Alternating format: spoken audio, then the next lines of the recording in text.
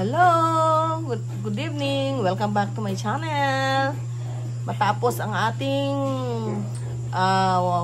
one and a half break, andito tayo ulit sa ating small piggery at balik tayo sa ating normal routine as a pig owner.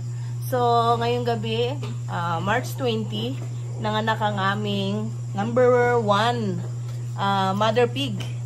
So, ikwento ko lang yung about dito sa aking mother pig. Dahil hindi namin expected na manganganak ito ngayong gabi. Dahil nga, nagre-breed ito nung December 25. December 25 siya nagre-breed. First breeding niya is November 25. So, expected ko talaga is April 18 pa siya manganganak. So, nagtaka ako dahil may lumabas ito sa kanya nung December 24.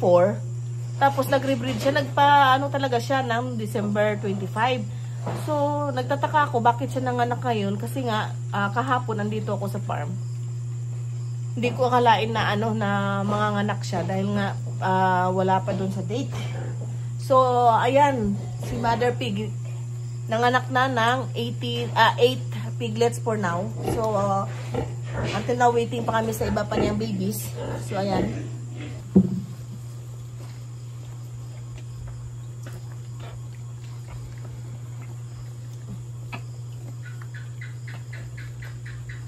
Ay, hindi, oh.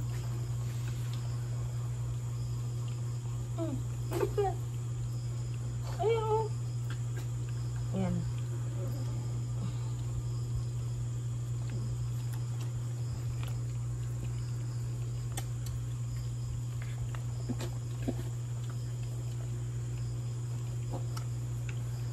Dito. Teka, kaya bago labas ka. Dito ka, change ka. Ayan. Ayan. Agaw.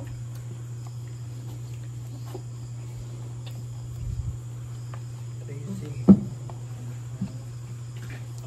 14 sila dapat.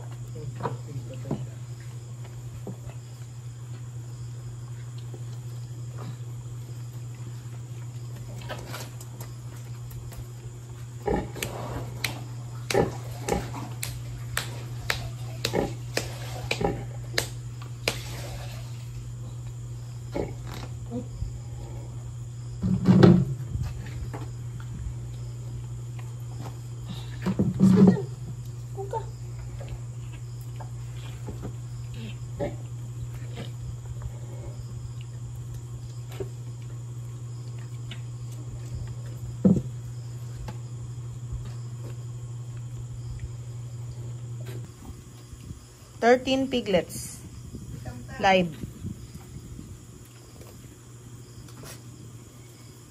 Hello mga kapigi. Ngayon ay alauna ay medya na ng madaling araw. So yung buhay niyang anak is 14.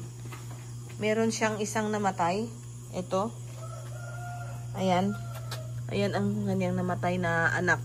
Tinry kong i-revive. Wala na talaga. So, itong isa, yung pang last niya, meron diyang maliit. Ayan, yung bago na yan.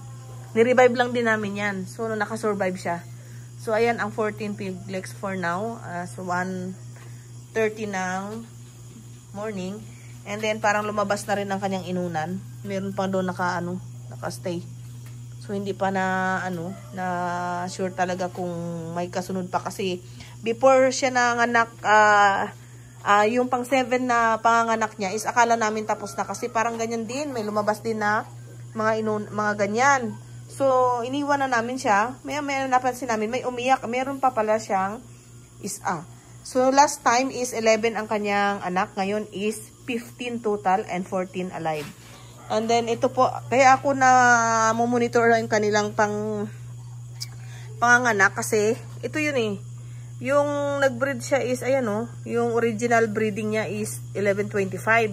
So, nag-rebreeding siya ng 1225.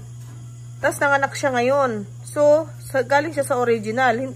May lumabas kasi sa kanya, tapos nag-hit siya, kaya pinakastahan namin ulit.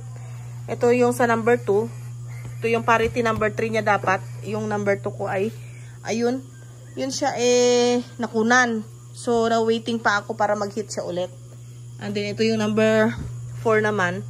January, ang expected ko nito is May mga anak. Ito rin, May rin mga anak sa number 4 ko, and then number 5 is May rin mga anak. So, tatlo ang mga anak ko sa May. So, for now, magkape muna kami. And habang gumagawa pa si Bunbun dyan ng harang, dahil lumalabas dun ang mga piglets. Hello guys, good morning. Tara magkape tayo. Pampatanggal ng antok habang magbabantay tayo dito sa piggery.